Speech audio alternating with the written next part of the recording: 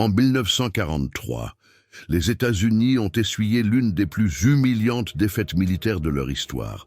Mais le plus choquant, ce n'est pas tant la défaite elle-même que ce qui s'est produit après. 42 ans de silence absolu. Le Pentagone a mis sous scellé des rapports qui révélaient une vérité inconfortable. L'infanterie allemande était supérieure à l'infanterie américaine, dans presque tous les domaines tactiques. Et cette vérité, il ne fallait pas qu'elle parvienne aux oreilles du public américain, du moins pas avant 1985, le 14 février 1943, alors que le monde célébrait la Saint-Valentin, dans les collines de Tunisie, se déroulait une bataille qui allait changer à jamais l'armée américaine. Le col de Kasserine, 30 000 soldats américains contre 22 000 soldats allemands, sous le commandement du Feldmarschall Erwin Rommel. Le résultat, une défaite dévastatrice. En seulement 3 jours, les Américains ont perdu 6 500 hommes, tués, blessés ou faits prisonniers. Les pertes allemandes, moins de 1000 hommes. Mais les chiffres bruts ne racontent que la moitié de l'histoire. Ce qui importait vraiment, c'était la manière dont cette défaite s'était produite. Des officiers américains ont rapporté que les unités allemandes semblaient opérer sans ordre centraux. Les sous-officiers prenaient des décisions tactiques de façon autonome. De simples soldats faisaient preuve d'une initiative que l'on attendait uniquement des officiers supérieurs américains. C'était comme si les Américains ne se battaient pas contre une armée, mais contre 22 000 génies tactiques, pensant de manière indépendante. Le général Dwight D. Eisenhower était face à un dilemme. La défaite était publique, impossible de la dissimuler. Mais les raisons de cette défaite, la supériorité tactique fondamentale de l'infanterie allemande, c'était une autre affaire.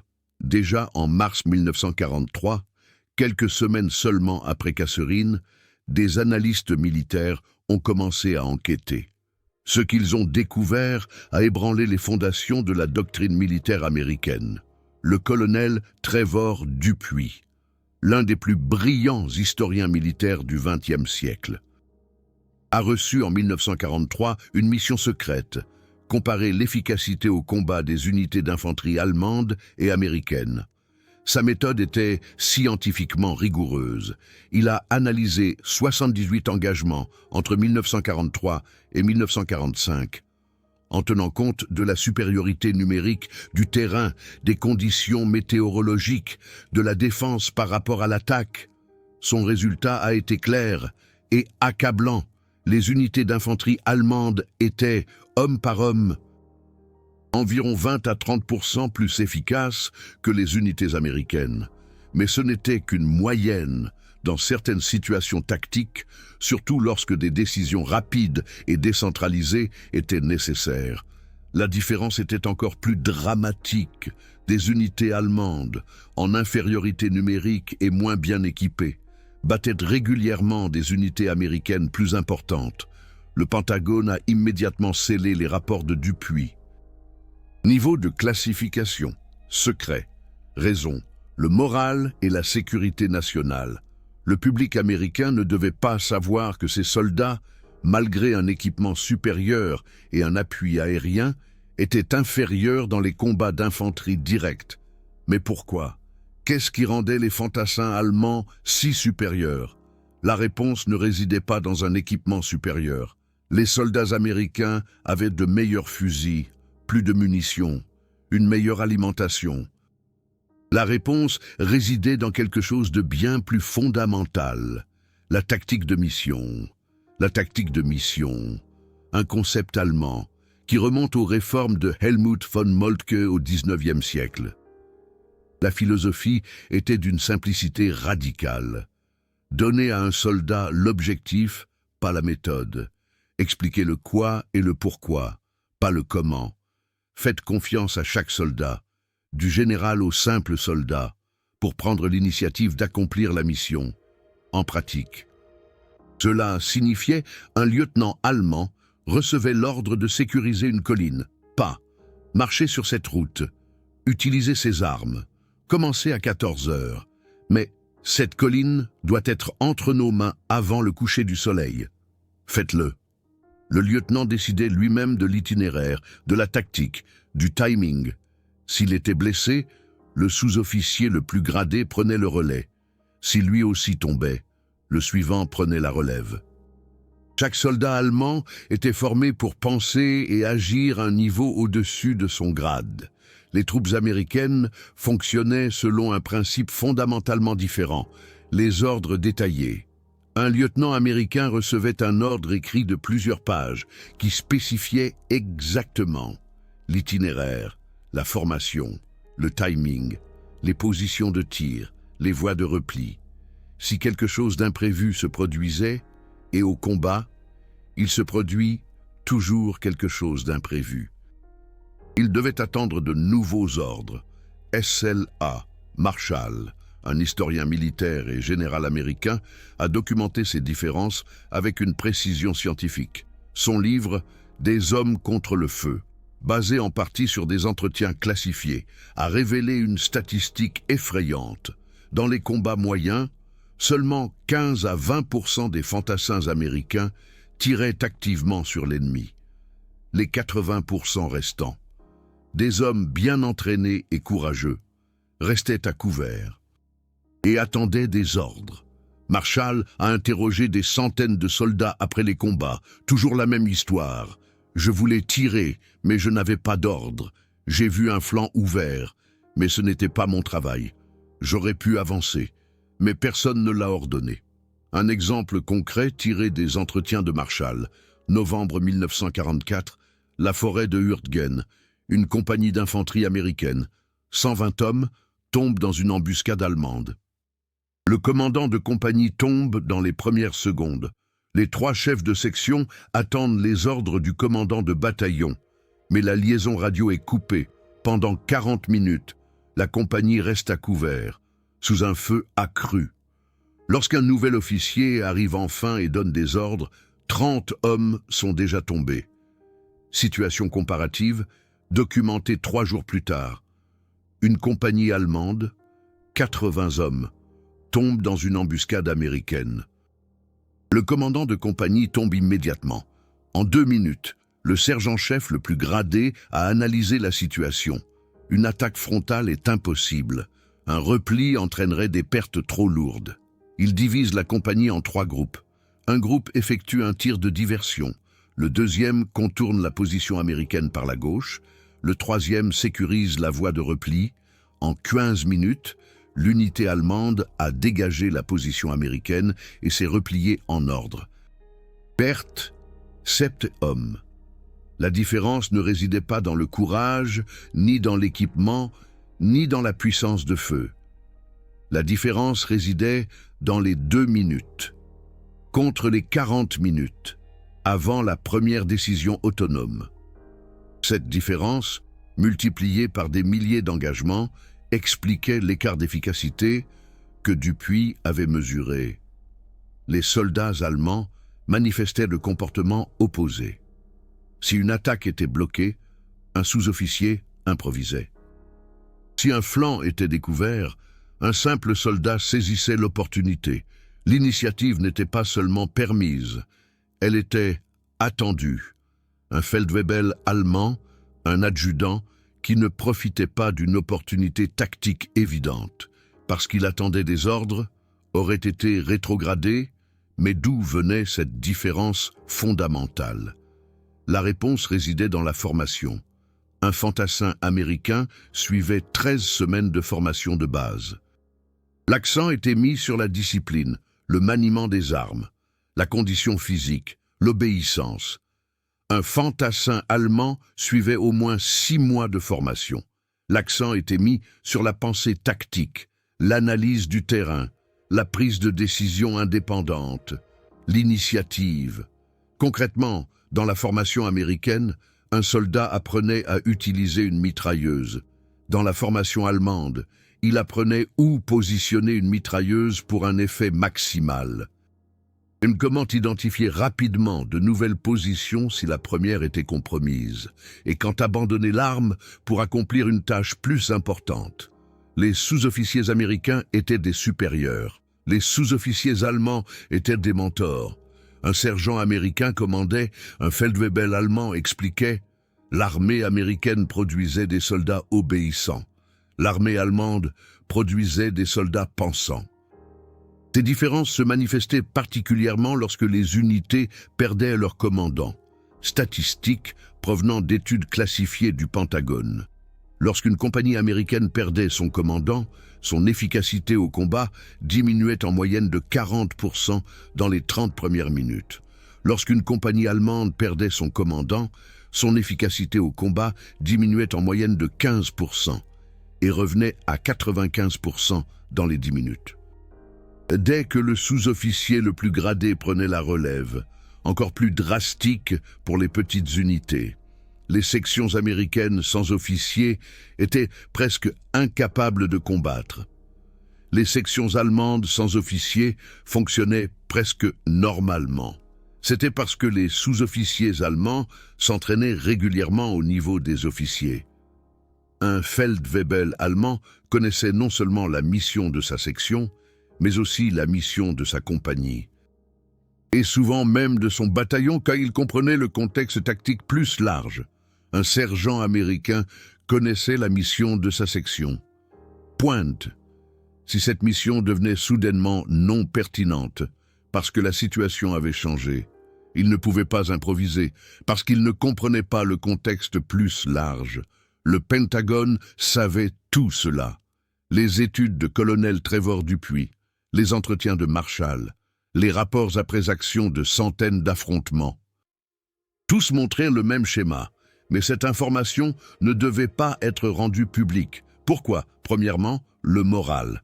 Comment expliquer aux familles américaines que leur fils, malgré le meilleur équipement, était tactiquement inférieur? Comment justifier 400 000 morts américains pendant la Seconde Guerre mondiale, tout en admettant que l'ennemi, homme pour homme, était meilleur? Deuxièmement, la résistance institutionnelle. L'armée américaine était basée sur le contrôle centralisé. Les généraux planifiaient, les officiers exécutaient, les soldats obéissaient. Changer ce système signifierait révolutionner toute la structure de commandement. Et les institutions n'aiment pas changer. Troisièmement, les facteurs culturels. La tactique de mission exige des années de formation. Les soldats allemands passaient des mois à apprendre à penser par eux-mêmes. La formation américaine durait des semaines. On ne peut pas enseigner en semaines ce qui exige des années. Mais la classification avait des conséquences. Corée, 1950. Les troupes américaines rencontrent des unités nord-coréennes et chinoises, partiellement conseillées par d'anciens officiers de la Wehrmacht. Encore les mêmes problèmes, des unités américaines qui attendent des ordres, tandis que l'ennemi improvise et fait preuve d'initiative. Un rapport classifié de la guerre de Corée, déclassifié seulement en 1995, décrivait un affrontement en novembre 1950. La 2e division d'infanterie, environ 15 000 hommes, est tombée dans une embuscade chinoise. Les troupes chinoises, estimées à 40 000 hommes, étaient moins bien équipées. Beaucoup n'avaient pas de vêtements d'hiver, beaucoup portaient encore des fusils japonais de la Seconde Guerre mondiale. Mais elles opéraient en petites unités indépendantes, chacune avec une mission claire, mais une autonomie totale dans l'exécution. Les commandants américains ont tenté de commander la division comme une unité cohérente.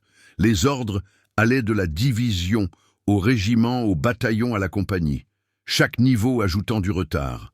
Les unités chinoises contournaient les positions américaines fortes, exploitaient les lacunes, coordonnaient par des signaux simples, des sifflets, des tambours, des fusées éclairantes. Pas de réseau radio complexe, pas d'ordres écrits détaillés. Seulement des missions claires et une initiative pleine. La 2e division a perdu plus de 5000 hommes en 3 jours. Un colonel américain, qui avait lu les rapports classifiés de la Wehrmacht, a écrit dans son rapport après action Nous combattons la même philosophie qui nous a vaincus en France en 1944. Seulement cette fois, nos adversaires parlent chinois au lieu d'allemand. Son rapport a été immédiatement classifié. Vietnam, années 1960 et 70. Les combattants Viet Cong, désespérément inférieurs en nombre et en technologie, battent régulièrement les unités américaines par des tactiques décentralisées et une initiative locale.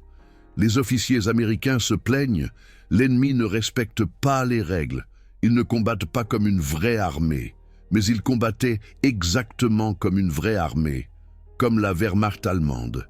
Et les rapports du Pentagone, qui pourraient l'expliquer, sont restés classifiés. Un exemple particulièrement révélateur, l'opération Cedar Falls, janvier 1967, 30 000 soldats américains et sud-vietnamiens contre environ 6 000 Viet Cong dans le triangle de fer. La partie américaine avait une supériorité aérienne absolue, un appui d'artillerie, des armes à la pointe de la technologie. L'opération a duré 18 jours et a été annoncée comme un grand succès. Le triangle de fer était nettoyé. Le Viet Cong avait quitté la région. Un rapport après action classifié racontait une histoire différente. Les unités Viet Cong s'étaient simplement retirées. Pas d'ordre central nécessaire. Chaque commandant local a reconnu que la confrontation directe serait un suicide. Ils ont caché des armes et des provisions, se sont mélangés à la population civile, ou se sont retirés dans les zones adjacentes. Dans les 2 semaines suivant la fin de l'opération, ils étaient de retour. Le triangle de fer était de nouveau sous contrôle Viet Cong. Le rapport a constaté, la tactique Viet Cong rappelle fortement les opérations de défense allemandes de 1944-45. Défense élastique, pas de ligne statique. Chaque unité autonome dans la décision de se retirer ou de s'engager, la doctrine américaine ne comprend pas ce type de guerre. Ce rapport est resté classifié jusqu'en 2003. Au sein de l'armée, il y avait des réformateurs. Colonel John Boyd, un pilote de chasse et théoricien militaire, a développé dans les années 1970 sa théorie de la boucle Oda. Observe, oriente, décide, agit. Sa théorie était en partie basée sur des études de la tactique de mission allemande, des études qui étaient classifiées. Boyd a dû développer sa propre théorie pour expliquer un concept que le Pentagone gardait caché dans ses archives depuis 30 ans. L'ironie, après la guerre. Des conseillers militaires allemands ont aidé à reconstruire la Bundeswehr. Cette nouvelle armée allemande a conservé la tactique de mission. Des exercices de l'OTAN dans les années 1960 et 70 ont régulièrement montré que des unités de la Bundeswehr, plus petites et moins bien équipées, battaient des unités américaines lors de manœuvres. Les commandants américains savaient pourquoi. Ils avaient lu les rapports classifiés, mais ils n'étaient pas autorisés à en parler. 1985. 42 ans après le col de Kasserine, le Pentagone commence à déclassifier certains des rapports. Pourquoi maintenant? Plusieurs facteurs. La guerre froide atteignait un nouveau sommet. L'armée américaine a réalisé qu'elle devrait combattre des armées de chars soviétiques en Europe, des armées qui avaient en partie adopté les tactiques allemandes. La réforme n'était plus facultative. L'armée soviétique avait, ironiquement, tiré des leçons des expériences allemandes. Après la Seconde Guerre mondiale, des théoriciens militaires soviétiques ont intensivement étudié les tactiques de la Wehrmacht. Ils ont reconnu la valeur de la tactique de mission, même s'ils l'appelaient différemment. Maskirovka. Bataille en profondeur, groupe de manœuvres opérationnelles. Les concepts étaient différents, mais le principe était le même. Exécution décentralisée dans le cadre d'objectifs centraux.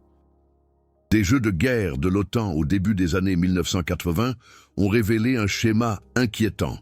Les tactiques soviétiques perçaient régulièrement les défenses de l'OTAN en Europe centrale. Des simulations ont montré qu'en cas de guerre, l'Union soviétique pourrait atteindre le Rhin en 2 semaines. Les commandants américains ont analysé les simulations et ont compris le problème. Les unités soviétiques se déplaçaient trop rapidement, prenaient trop de décisions indépendantes. Les chaînes de commandement américaines ne pouvaient pas réagir assez vite. Un général qui avait lu les études classifiées de la Wehrmacht a fait remarquer avec ironie « Nous avons passé 40 ans à ne pas admettre que les Allemands nous avaient battus. Maintenant, nous sommes battus par des Soviétiques qui utilisent des méthodes allemandes.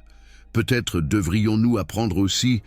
Le général Don Starry, commandant du Training and Doctrine Command, était l'un des réformateurs. Il avait lu les rapports classifiés. Il a compris que les troupes américaines rencontreraient les mêmes problèmes contre les unités soviétiques qu'elles avaient rencontrés en 1943 contre la Wehrmacht. Il a commencé à développer la doctrine Air-Land Battle, une doctrine qui autorisait plus d'initiatives aux niveaux inférieurs. Les propositions de réforme de Starry étaient radicales. Les sous-officiers devraient être autorisés à prendre des décisions tactiques. Les lieutenants devraient comprendre leur mission, pas seulement leurs ordres. Les chefs de compagnie devraient être autorisés à improviser. C'était essentiellement une version américanisée de la tactique de mission. Starry ne l'a jamais appelée ainsi. Cela aurait été politiquement impossible, mais tous ceux qui connaissaient des rapports classifiés reconnaissaient la source. Mais Starry et ses réformateurs ont rencontré une résistance massive. Des généraux qui avaient passé toute leur carrière dans l'ancien système ne voulaient pas admettre que ce système était défectueux. La déclassification des rapports était un compromis. Oui, nous admettons qu'il y avait un problème. Non. Nous ne l'avons toujours pas entièrement résolu. La déclassification elle-même était limitée. Les études complètes de Dupuy sont restées partiellement caviardées jusque dans les années 2000. Les détails les plus humiliants, à quel point exactement les troupes allemandes étaient supérieures, à quel point systématique était la supériorité, était formulée de manière vague. Le public a appris qu'il y avait des problèmes. Mais toute l'étendue est restée cachée. Des historiens militaires, qui ont eu accès aux rapports partiellement déclassifiés, ont été choqués. Max Hastings, un historien britannique, a écrit en 1987 « L'armée américaine pendant la Seconde Guerre mondiale était une armée industrielle qui a gagné par la masse. L'armée allemande était une armée professionnelle qui s'est battue par la qualité. Sans la supériorité industrielle américaine, la guerre aurait pris une tournure très différente. Cette déclaration, basée sur des données fraîchement déclassifiées, était controversée, mais difficile à réfuter. Les rapports déclassifiés ont révélé des détails fascinants. Les études de Dupuy ont montré que les unités allemandes n'étaient pas seulement supérieures dans les situations d'attaque, même en défense, même en retraite. Elles ont fait preuve d'une plus grande efficacité.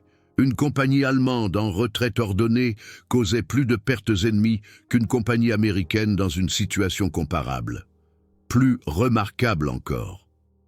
La supériorité est restée constante pendant toute la guerre. On pourrait s'attendre à ce que les troupes américaines apprennent, s'adaptent, et c'est ce qu'elles ont fait. Mais les troupes allemandes se sont adaptées aussi vite. La différence d'efficacité est restée d'environ 20 à 30%, de 1943 à 1945. Les études de Marshall ont révélé les facteurs psychologiques. Les soldats allemands ont fait preuve d'une plus grande confiance en eux dans des situations inattendues. Les soldats américains se sentaient perdus sans ordre clair. Un caporal allemand, séparé de son unité, essayait de poursuivre la mission. Un caporal américain, séparé de son unité, essayait de retrouver son unité. Un exemple spécifique tiré des interviews de Marshall illustre parfaitement cette différence psychologique. Juin 1944, Normandie. Le soldat James Mitchell, de la 29e division d'infanterie, a perdu le contact avec sa section lors d'une attaque d'artillerie allemande. Il a passé 6 heures à errer dans le bocage à la recherche de son unité. Lorsqu'il a finalement trouvé des soldats américains, une autre compagnie de son régiment. Il ne s'est pas joint à eux. Il a expliqué au chef de compagnie qu'il devait retourner dans sa propre unité. Le chef de compagnie lui a ordonné de rester. Mitchell a obéi, mais il était émotionnellement perturbé. Il avait perdu sa tâche. Comparaison. Le caporal Hans Weber, de la 350e division d'infanterie, également en Normandie, également séparé de son unité. Il a analysé la situation. Sa compagnie était censée retarder une avancée américaine. Il ne savait pas où était sa compagnie, mais il connaissait la mission. Il a trouvé 2 autres soldats allemands égarés, les a positionnés sur un passage étroit, et ils ont arrêté une compagnie américaine pendant 3 heures. 3 hommes contre environ 120. Lorsque les munitions ont été épuisées, ils se sont retirés, toujours en combattant. Weber a survécu à la guerre et a été interviewé plus tard. Son explication: je savais ce qu'il fallait faire. Je l'ai fait. 3 hommes contre 120. Bien sûr, ils ont perdu, mais ils ont retardé la compagnie américaine de 3 heures critiques. 3 heures pendant lesquelles d'autres unités allemandes ont pu établir des positions défensives. Weber n'avait reçu aucun ordre. Il comprenait simplement la mission et a improvisé. Marshall a documenté des dizaines d'histoires similaires. Le schéma était constant.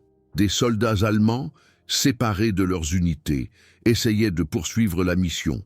Des soldats américains, séparés de leurs unités, essayaient de retrouver leurs unités. Les 2 comportements sont rationnels, mais ils mènent à des résultats radicalement différents sur le champ de bataille. Les rapports révélaient également des exceptions. Les forces spéciales américaines, Rangers, Airborne, montrèrent des caractéristiques similaires à l'infanterie allemande. Pourquoi? Une formation plus longue, une autonomie plus grande, une culture de l'initiative. Mais ces unités étaient de petites. La masse de l'infanterie opérait selon d'anciens principes. La 101e division aéroportée, qui a sauté en Normandie derrière les lignes ennemies, a fait preuve d'une initiative remarquable. De petits groupes de parachutistes, séparés de leurs unités, ont attaqué des positions allemandes de manière indépendante. Le brigadier général Maxwell Taylor, commandant de la division, a remarqué plus tard « Nos hommes se battaient comme les Allemands, parce qu'ils le devaient. Ils n'avaient pas de liaison radio, c'est pas d'ordre clair, seulement leur mission. Et ils ont improvisé avec brio. Mais la 501e était une unité d'élite. Les soldats avaient 2 fois plus de formation que l'infanterie normale. Ils étaient sélectionnés pour leur autonomie. Ils étaient l'exception, pas la règle. Les rapports du Pentagone ont noté: si on donne aux soldats américains la même formation qu'aux soldats allemands, ils atteignent des résultats comparables.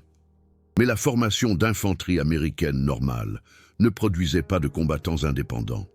Aujourd'hui, en 2025, 80 ans après la fin de la guerre, la situation a changé.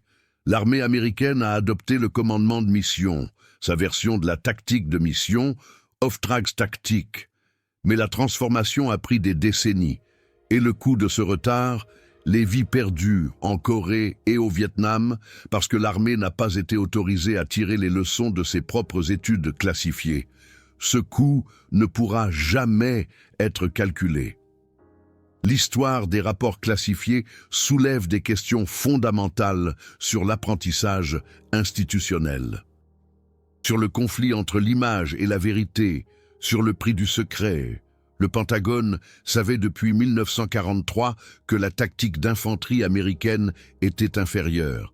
Mais la fierté institutionnelle, la lourdeur bureaucratique et la peur de l'humiliation publique ont empêché toute réforme. Cela soulève également des questions sur les récits historiques. L'histoire habituelle de la Seconde Guerre mondiale en Amérique, la supériorité technologique et industrielle a vaincu une Wehrmacht fanatique, mais finalement inférieure. Les rapports classifiés racontent une histoire plus nuancée. L'industrie américaine et la supériorité aérienne ont vaincu une armée qui, homme pour homme, était tactiquement supérieure. Cette nuance est importante. Pas pour glorifier la guerre ou justifier les nazis. La question morale était claire. Mais pour comprendre comment les armées fonctionnent, comment les organisations apprennent ou n'apprennent pas, comment la culture institutionnelle influence l'efficacité, un détail particulièrement révélateur des rapports déclassifiés. L'armée américaine a effectivement essayé de mettre en œuvre la tactique de mission, Auftragstactik, à plusieurs reprises. Après le col de Kasserine, il y a eu une initiative. Après l'offensive des Ardennes, une autre. Après la Corée, encore une. À chaque fois, la réforme a échoué à cause de la résistance institutionnelle. Le problème n'était pas un manque de conscience. Chaque général qui a lu les rapports a compris le problème. Le problème était culturel et structurel. L'armée américaine était construite sur le principe du contrôle centralisé.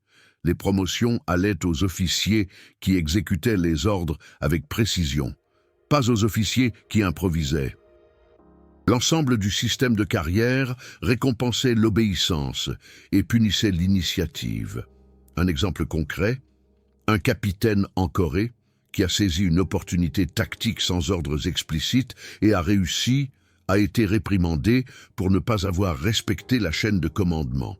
Malgré le succès, un autre capitaine qui a attendu des ordres et a manqué une opportunité n'a pas été critiqué parce qu'il a agi conformément aux règles. Le message était clair, obéir est plus important que gagner. La culture militaire allemande était exactement l'inverse. Un lieutenant qui manquait une opportunité parce qu'il attendait des ordres serait considéré comme incapable de diriger. Un lieutenant qui faisait preuve d'initiative et échouait serait critiqué pour son mauvais jugement, mais pas pour l'initiative elle-même. Le message, l'initiative est toujours juste. Seule l'exécution peut être fausse. Ces différences culturelles étaient profondément ancrées. Elles provenaient de différentes traditions militaires. L'armée américaine s'est développée à partir des milices et des unités de volontaires de la guerre civile. L'armée allemande s'est développée à partir de la tradition militaire prussienne, basée sur un corps d'officiers professionnels et de nombreuses années de service. Les deux systèmes étaient des produits de leur société. La tactique de mission, Auftragstactik allemande, n'était pas moralement supérieure. Elle était techniquement supérieure. Cette distinction est importante. Un système peut être supérieur dans une dimension et monstrueux dans d'autres dimensions. La Wehrmacht était incroyablement efficace et servait un régime incroyablement mauvais. Les deux vérités peuvent exister simultanément. La leçon des rapports classifiés n'est pas « l'Allemagne était meilleure ». La leçon est « les institutions qui cachent des vérités désagréables en paient le prix ». Le Pentagone a payé ce prix en Corée, au Vietnam, dans chaque conflit où l'infanterie américaine a rencontré des adversaires plus flexibles, organisés de manière décentralisée. Aujourd'hui, l'armée américaine s'entraîne selon des principes similaires à la tactique de mission, Auftragstactik allemande. Les sous-officiers et les lieutenants ont plus d'autonomie. L'initiative est encouragée. Et pas punie, mais ce changement n'est intervenu qu'après la déclassification des rapports, après que la vérité n'ait plus pu être cachée. L'histoire se termine par une ironie. Les armées modernes du monde entier étudient la tactique de mission, Auftragstactik allemande, non pas parce qu'elles admirent le militarisme allemand, mais parce que le système fonctionne. La Bundeswehr l'enseigne. L'armée britannique adopte des variantes. L'armée israélienne, construite par des vétérans qui avaient combattu la Wehrmacht, met en œuvre des principes similaires. L'armée américaine, qui a mis 42 ans à admettre que l'ennemi était meilleur, enseigne maintenant à West Point les mêmes principes que les lieutenants allemands appliquaient au col de Kasserine en 1943. La vérité, si longtemps classifiée, est maintenant un programme standard. Mais les 42 années de secret jettent une ombre. Combien d'autres vérités sont encore classifiées? Quelles autres leçons désagréables le Pentagone cache-t-il dans ses archives? L'histoire des rapports sur la supériorité de l'infanterie allemande n'est pas qu'une simple anecdote historique. C'est un avertissement sur le prix de la malhonnêteté institutionnelle. Si votre grand-père a combattu en Europe, il s'est peut-être demandé pourquoi l'ennemi était si efficace. Peut-être vous a-t-il raconté des histoires de soldats allemands qui n'abandonnaient jamais, qui s'échappaient de situations impossibles, qui, malgré leur infériorité numérique, triomphaient. Peut-être s'est-il demandé si c'était de sa faute, celle de son unité, ou celle des soldats américains en général. La réponse, classifiée pendant 42 ans, était non. Ce n'était pas de sa faute, c'était la faute du système. Les soldats allemands n'étaient ni plus courageux, ni plus forts. Ils étaient entraînés, autorisés et encouragés à prendre des initiatives. Les soldats américains, tout aussi courageux, tout aussi capables, étaient entraînés à obéir et à attendre les ordres. C'est le système qui faisait la différence. Et le Pentagone le savait. De 1943 à 1985, chaque général qui lisait les rapports classifiés savait que la tactique de l'infanterie américaine était inférieure, mais la fierté institutionnelle était plus forte que la vérité, jusqu'à ce qu'elle ne le soit plus. Aujourd'hui, nous pouvons raconter cette histoire. Parce que les rapports sont déclassifiés, nous pouvons apprendre des erreurs, analyser les systèmes, comprendre les différences. Mais nous ne devons jamais oublier, cette vérité a été cachée pendant 42 ans. Et si une vérité a pu être cachée aussi longtemps, combien d'autres vérités attendent encore dans des archives classifiées? L'histoire des rapports militaires américains sur la supériorité de l'infanterie allemande est une histoire de honte, de secrets et de réformes retardées. C'est une histoire qui montre que, parfois, la leçon la plus douloureuse est la plus importante, et que les institutions qui cachent la vérité finissent par payer un prix plus élevé que les institutions qui font face à la vérité. 42 ans, du col de Kasserine à la déclassification, toute une génération de soldats a combattu et est morte sans connaître la vérité que leur commandant connaissait. C'est ça, le Verae scandale. Ce n'est pas que la tactique américaine était inférieure, mais que cette vérité ait été cachée aussi longtemps. Maintenant, nous savons, les rapports sont déclassifiés. La vérité est publique. La tactique de mission allemande, mesurée en termes d'efficacité au combat, était supérieure.